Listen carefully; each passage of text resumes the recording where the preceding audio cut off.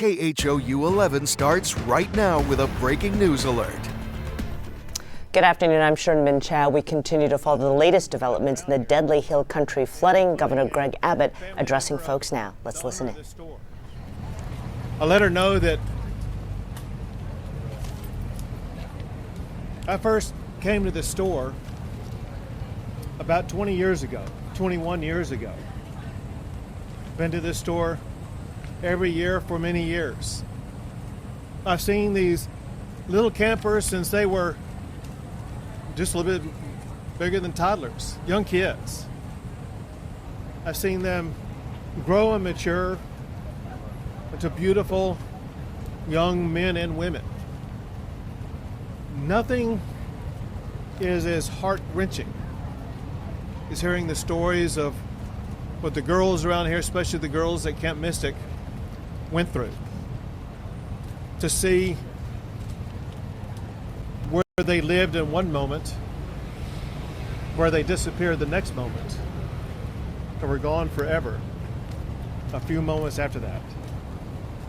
I wanted these people to know, I want you all to know, the hearts of our fellow Texans are breaking every single day because of what people of this community and the surrounding area are going through. There's nothing more important on our hearts and minds than the people of this community, especially those who are still lost. I told them what we were doing, not just today, but what we are going to be doing for the days, weeks, and months to come. This is what they needed to hear. They need to know Texas is in this with the people in the Hill Country right here. We are not leaving until this job is finished. The job right now, the primary job right now, continues to be locating everybody who was affected by this flood. There still remain those who are missing. We have to find every single person who's missing. And that's job number one. While we are doing that job, it's important that we also be conducting other business affecting this storm. We did several things in that regard today. One is to get a better assessment about what exactly needed to be provided for the community. We took a flyover to get that assessment. I've been here for multiple times over the course of the past 2 decades, but multiple times over the course of just this one flooding episode. And I have a good feel on the ground of what is needed. But when you're in the air, you get a fuller perspective of how widespread, how catastrophic the damage is, and what must be done to fully address it. We were able to process that better today when we flew around. And on that fly around today, I had with me the Speaker of the House, Dustin Burrows, who's going to speak after myself. I want to provide you with some information, some of which is just now updated. First, the numbers that I have is that there are 94 fatalities. 94 fatalities associated with this flooding event in this area. Separate from that, in other flooding events in other parts of the state of Texas, there's another 15 fatalities for a total of 109. To put this into perspective, just in the Kerr and Kendall counties alone, there are far more fatalities than there were in Hurricane Harvey. That's how catastrophic this is. I also have some updated numbers on those who are missing. First, from Camp Mystic. My information is those who are missing is down to now 5 campers and 1 counselor. 5 campers and 1 counselor missing. In addition to that, there is another child not associated with the camp who is missing. So for Kerr County, that would be a total of 7 who are missing. In other parts of the state, there are 12 who are missing. I have a new number, however. So one thing we've been reaching out to the public about is to get better information about those who were not registered at a camp, those who were not registered at a hotel, those who may have been down here who no one really had any accounting of. And through law enforcement agencies working together, they provided me this number. Just in the Kerr County area alone, there are 161 people who are known to be missing. And again, that comes from combined law enforcement efforts, 161 known people who are missing. Know this, we will not stop until every missing person is accounted for. Know this also, there very likely could be more added to that list. One way that we were able to expand the list of those who are missing is because family members, friends, neighbors, etc. begin calling in and reporting them as missing. What I want to do is once again provide a reminder to anybody watching this that if you have a friend, a family member, somebody that you think may be missing because of this storm, we need you to call the number that I'm about to give you. It is 830-258-1111. That's 830-258-1111. If you want to go to a website address, you can go to kerrvillemissing@dps.texas.gov. I'm going to repeat it twice more. That's Kerrville, spelled Kerrville, no space, then the word missing, MISSING. So Kerrville Missing at dps.texas.gov. So either call that phone number, go to that website, and provide the name and the best identification you can and the last known location of anybody that you think is missing. Know this also. If you make a prank call or provide false information, that's a crime. Do not provide false information because you're hindering our ability to undertake this investigation, hindering our ability to actually rescue and find those who truly are missing. So you better be correct when you're calling in and let us know that there is somebody who is missing. Importantly, we know that so many families are going through grief that's beyond anyone's comprehension right now. Beyond any of us being able to walk up to them and give them the magic words that will make them suddenly feel healed. We know that they need grief counselors. We have 5 organizations that together are providing dozens of grief counselors for all of the affected family members around here. It's so important at times like this for family members to access that grief counseling so they can have their mental and emotional health needs addressed in what may be the most challenging time of their lives. Something else that's a help as we begin the process of helping places like the Hunt store, the local community, Hunt, Texas, be able to rebuild. One thing that is speeding that recovery was the immediate granting of the major master declaration that was granted by President Trump. It immediately opened not only access to more funding, but also access to more resources to be able to more quickly and more effectively respond to this storm. That includes debris removal, which has already begun. It includes assistance for individuals who are eligible to apply, and the Director of Texas Division of Emergency Management will explain more about that in a second. But there are 2 categories of people or entities that there is money available to assist. One are individuals affected by the storm. Another are public entities like the town of Hunt, like the town of Kerrville, like the county of Kerr, etc. They may have needs with regard to roads or utilities, whatever the case may be. Now the assistance is available for them to more effectively and more quickly address that. With regard to roads, anybody who's driven around here knows that there are some roads that need repairs.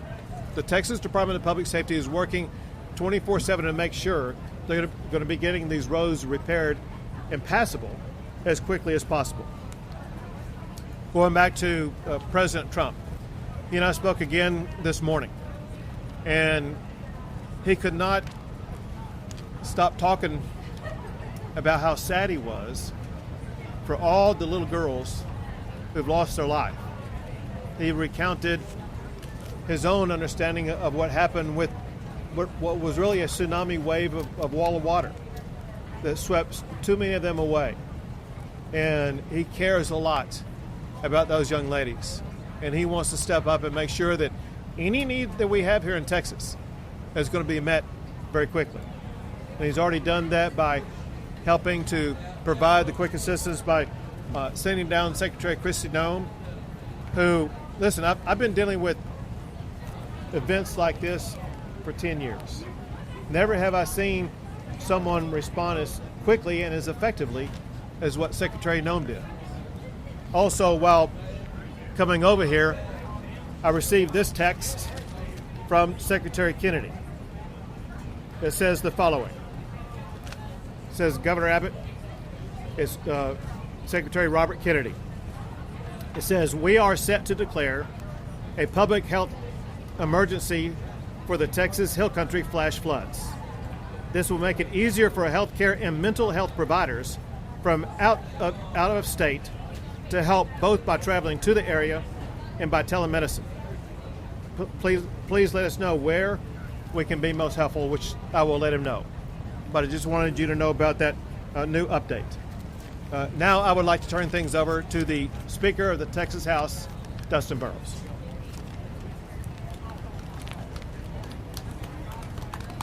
Thank you, Governor.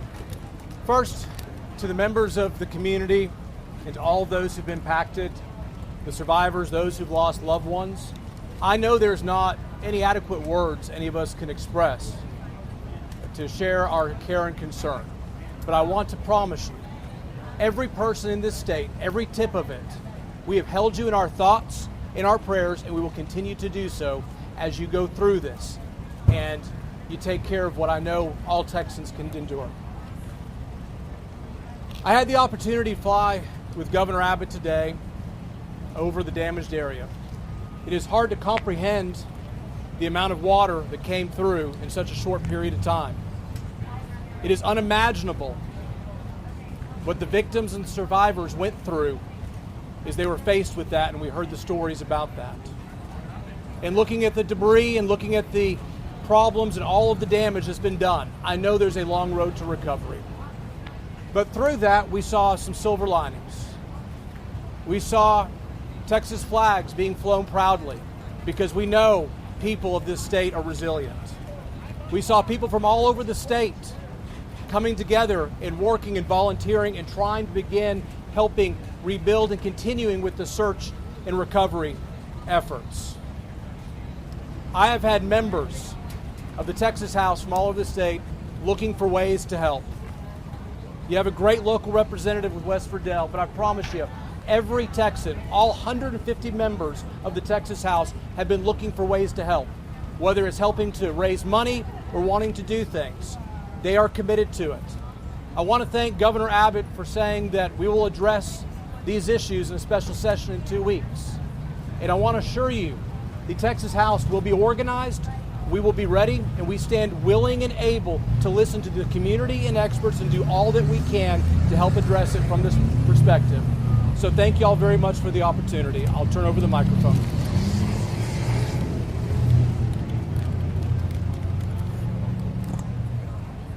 This is the kind of event that the Speaker of the House would have come to in an ordinary situation.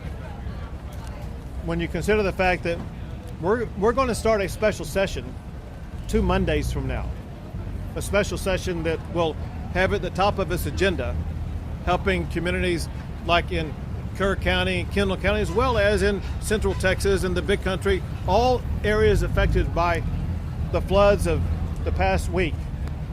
Those issues are going to be on the agenda for the state to address from top to bottom. We want to make sure that when we end that session, we end it making sure these communities are better, more resilient, and have the resources that they need for the next chapter of their lives. Now we have the Director of the Texas Department of Public Safety, Freeman Martin.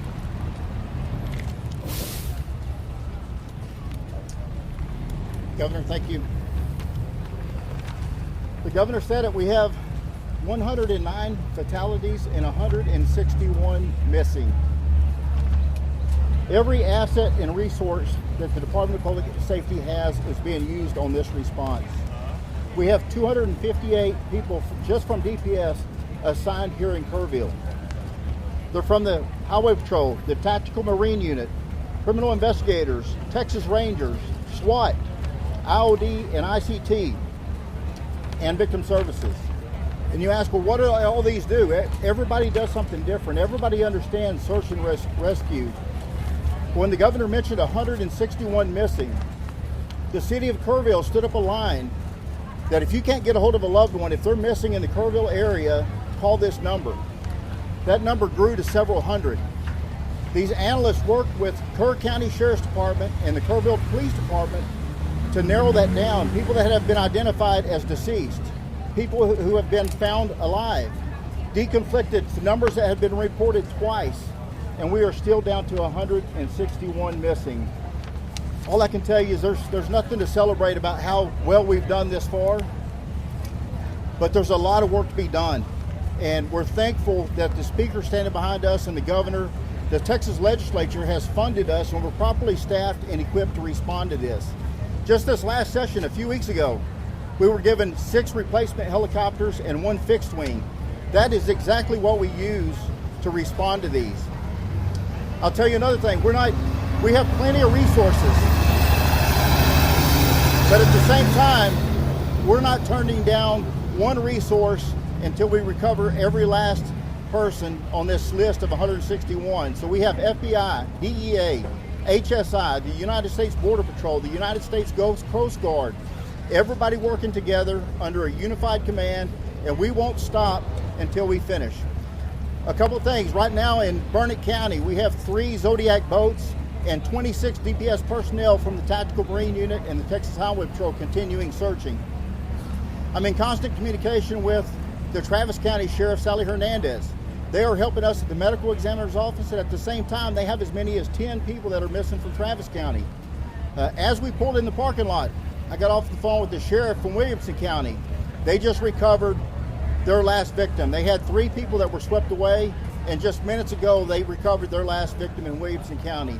There's a lot of work to be done in Kerr County and Kendall County.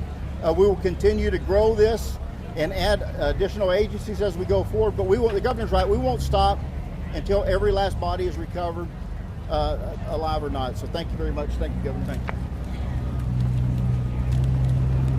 Now, General Seltzer with the Texas National Guard. Thank you, Governor. I just got off about an hour-long helicopter trip with the governor, and I can tell you what I saw was miles and miles of massive devastation. The Texas National Guard will stay here working with our federal, state, and local partners to search for the missing and to help our communities recover. Well, I can't hear. Just the trucks? Just the trucks.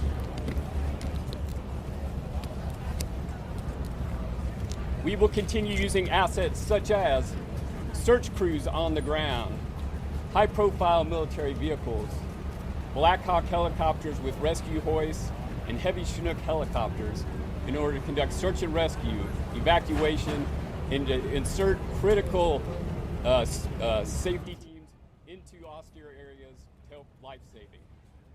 Aiding us in the effort today is the arrival of 4 Black Hawk helicopters from the state of Arkansas. That grows our agency count to 13 helicopters in support of this effort. Additionally, overhead, for the last 3 days, we have had MQ-9 Reaper remotely piloted aircraft conducting search and rescue operations. We are working with other states to get additional crews to support so that we can expand the coverage of that search and rescue operation. And lastly, we have shelter management crews that are working within the community to help those in need. I would like to close by saying something that the governor has said many times before, He said it many times today, but I'll emphasize it. Your National Guard will not leave until every person is found. And we will not leave until our communities are recovered. Thank you. Thank you.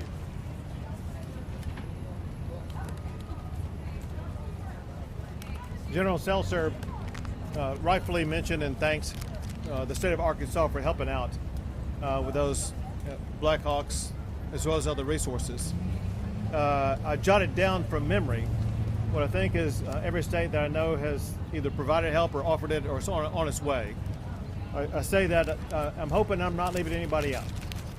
But our fellow governors and fellow states are helping out from Arkansas, Oklahoma, Louisiana, Iowa, Nebraska, Ohio, South Carolina, Georgia, Virginia, Pennsylvania, Massachusetts, and I regret if I missed your state.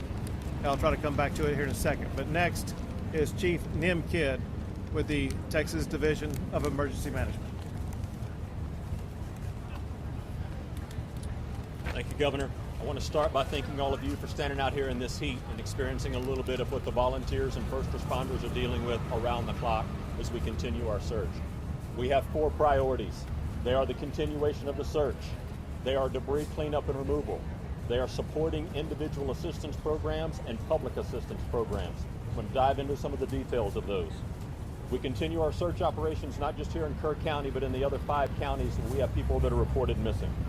As you can see and hear by the trucks passing by, debris cleanup is well underway. I want to thank the volunteers and all of the private sector partners that are out there working on debris operations right now. This will aid in the continuation of our search. We are pushing forward to help those whose homes and businesses have been impacted through the FEMA Individual Assistance Program. The President's program has people here on the ground today that are working to get people registered through our websites and start opening disaster recovery centers today and tomorrow. Damage assessments for those locals are still underway, and we've had over 1,000 submissions into the ISTAT program. Please, if you have not submitted into the ISTAT program yet and your home or business was impacted, you send that information to us. Next, we continue. Well, that didn't work out. Next, we continue to work on our public assistance for our communities, working to get our roads repaired, our debris cleaned up, our water, wastewater, and utilities back up online. Finally, I need your help in getting the message out to help keep the roads cleared. You've seen a lot of damage in these roads as our TxDOT crews are out trying to repair those roads right now, while we still have a lot of traffic in our emergency operations. I want to thank you again for your time and your patience in helping us get this message out.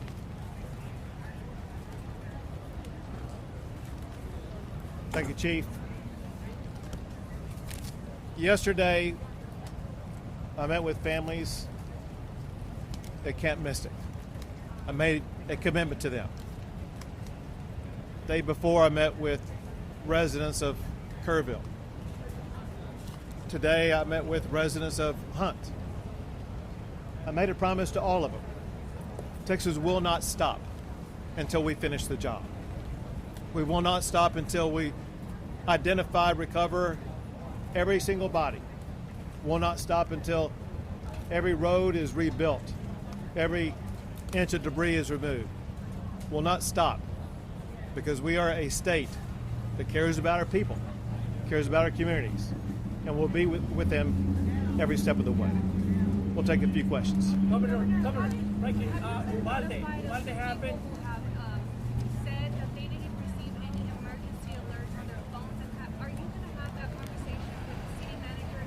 I asked this because earlier today during the conference, he really didn't respond to our question related to how long it took him to evacuate people. Can you speak on that? So obviously the local officials who were on the ground at the time would know the most about that. But let's talk about it in this way. That's going to be one of the issues that we begin to address in less than 2 weeks in the state legislature.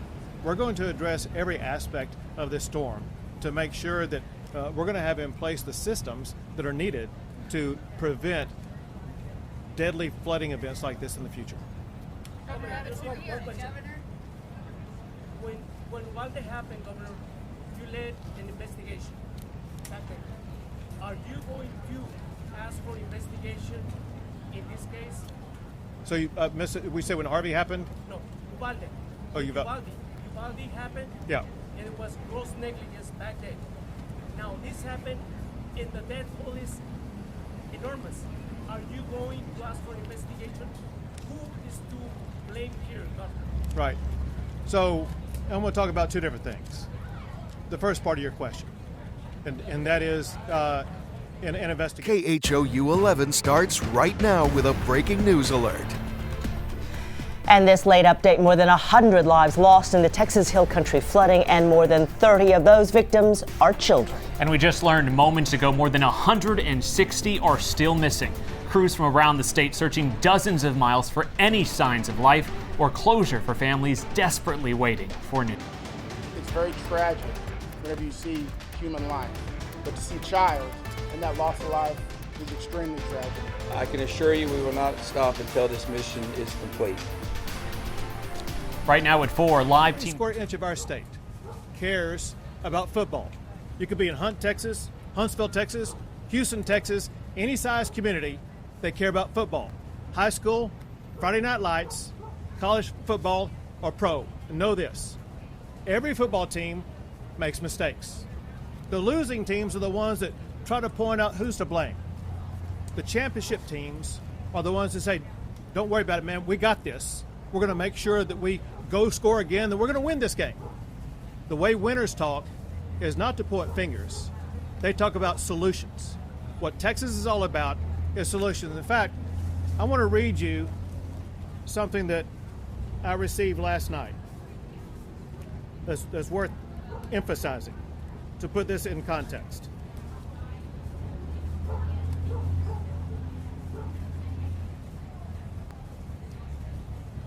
Tragedy has come. That part is done. What we do now, who we are now, that's what the story is still being written. Let it be one of grace, of grit, of fierce love in the face of grief. Let it be the kind of story that proves that the hill country may flood, but it does not fail. Say what you will about Texas, but when the rivers rise, so do we. Not with blame, not with bitterness, but with boots on the ground, arms around strangers, and hearts wide open. That's the Texas I know, and that's the America that I believe in. What this person wrote is what I know is true for all Texans, and what we will achieve every single day. Governor, what kind of legislation do you hope to see come from this special session? You know, part of the legislative process is policy is not made in a vacuum. We have ideas. I've served on 2 investigatory committees out of the House before I was Speaker, both Uvalde and Panhandle wildfires. There are things that we can talk about, but it is too early to commit to know the specifics until we actually talk to the members of the community and hear what they think. Talk to the experts in the field. Talk to the first responders. That's what legislative hearings are for. We are ready to get started. The legislators I talk to, the members of the House, and I know the Senate, are very interested in finding solutions to not accept that we can't do better. But we will have those hearings. We will synthesize what we get, and we will come up with legislation that I believe will make it to the governor's desk and make us a stronger, better, more resilient Texas. Governor, what do you say to these families that say these solutions may be a little too late? Well, so one thing that we're focused on is making sure that we deliver the right solutions. One thing the speaker just said is worth emphasizing, and that is that for us to provide real solutions, we actually need to hear from the people who are the ones most affected. The ones most affected, they're dealing with the grievance of having lost a child or lost a business or otherwise have their lives turned upside down. They don't have the capability right now of providing that information. We'll talk to local leaders, importantly, not just here, but across the state. And we want to make sure that we address what happened here, but at the same time, we want to make sure that we are able to implement measures that are going to be able to prevent loss in other regions going forward. So we have our work cut out for us, but I know the members of the House and members of the Senate, I know we'll work and get some meaningful things done. Governor, I have a clear answer. First of all, I want to acknowledge the superhuman work that's happening to these rescue and recovery efforts, but there are growing concerns in this community that who is in charge during those critical hours when that first alert came in at 1:14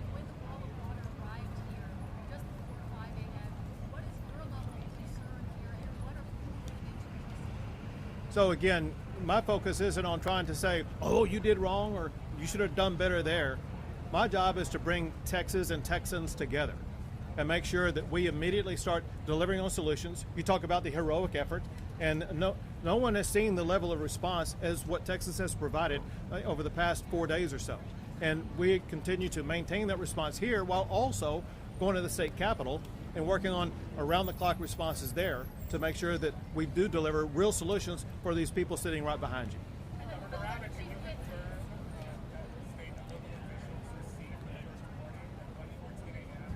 and what happened between then and the 3 hours that went by before the start of the flooding? Sure. So what your question is about what local officials knew? You'd have to ask them.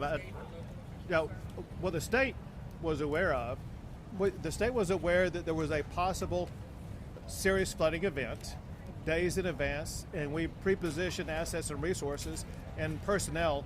And remember, the flood began on Friday morning. We originally positioned those assets, resources, and personnel on Wednesday. Then when greater clarity was discerned on Thursday, we moved them closer, added, and made sure that we had adequate supply going into Friday. So we were ready with the resources on the ground to be able to quickly respond. Some people say, well, we responded so fast. One reason we did respond fast is because we had assets here already.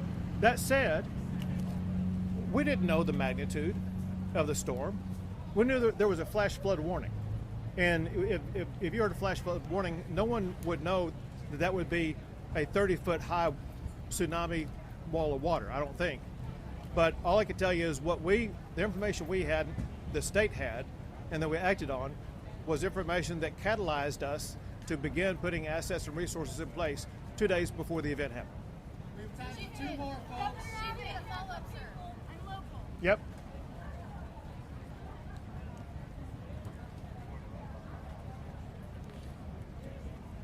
My name's Courtney Calhoun. I'm born and raised here.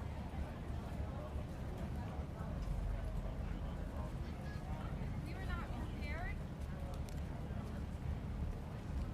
As a community, we've come together and tried to be prepared. With all due respect, I had no idea you were going to be here today. I was out with a team of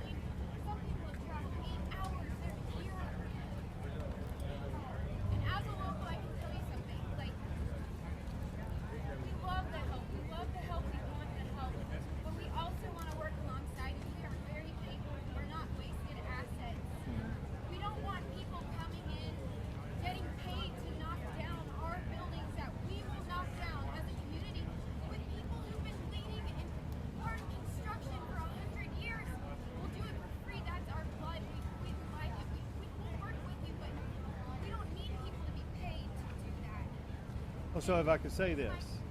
Yes, I'd like to say my question. Sure. My question is, we're all very broken here. Well, what's keeping us one strong is we are the backbone of this community. We appreciate everything you've done. We're the backbone of this community. We just want to have justice, to have a control over the fact that pitch black, y'all.